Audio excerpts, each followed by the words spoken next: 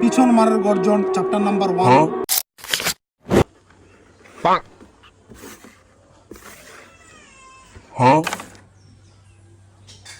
বন্ধু কও এটা বন্ধু কিতা করলি?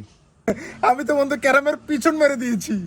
যা পিছন মাইরা মাইরা তো দিছছি, এখন আমার গুটিটা সাজাইতে দে, আমি ক্যারামটা সাজাই, আমরা খেলা শুরু করি।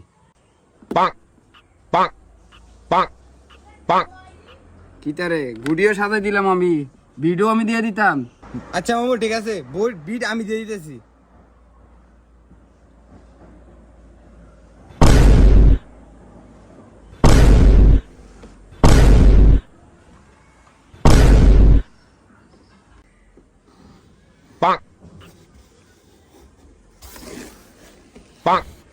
এটা বিট দিছে রে, থেকে এটা বিট দিছে, এটার কি এটারে নি বিট কয়? আরে পোলা মাইন্ডে শিখাইতাম না খেলাটা। এতে মামা কি বিট দিছে ইগা তাই বুঝতাছি না। ঠিক আছে বিটটা আমি দিতেছি, এটা আমার উপর স্যার।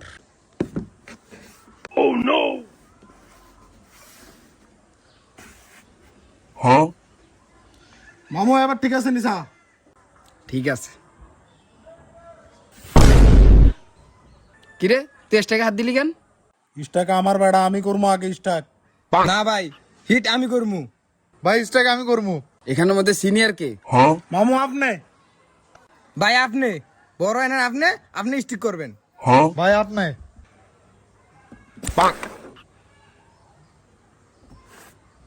ভাই বডি চেক এনার্জি কি আমার কুলিটা বড়।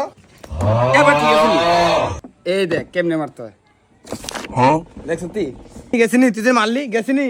এটা তো গ্যাস হই, এটা গ্যাস না কেমনে তুই দেখবি না? না পকেটের ভিতরে দেখ গ্যাস নি। আরে মামু এটা তো গেছে না, এটা তো একটা কাহিনী আছে, দাঁড়া দেখ। দেখ এটা তো ডাইবার হয়েছে মামু, এটা তো ডাইবার ছিল, এটা যায় নাই। তোরা দেড়তারা বিট দিছস, এটা বিটে না আটকে কি তা করবো? এটা তো বিটে আটকে গেছে, নাহলে 100 পর ছিল তো।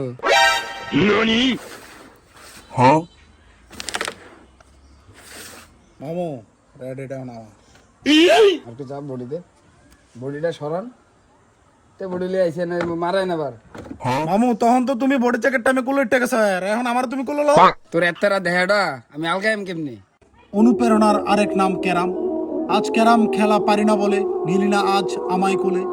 দিন একদিন আমারও আসবে, সেই দিন দেখিয়ে দিব কেমনে যায় ভুলে। পিছন মারার গর্জন চ্যাপ্টার নাম্বার 1।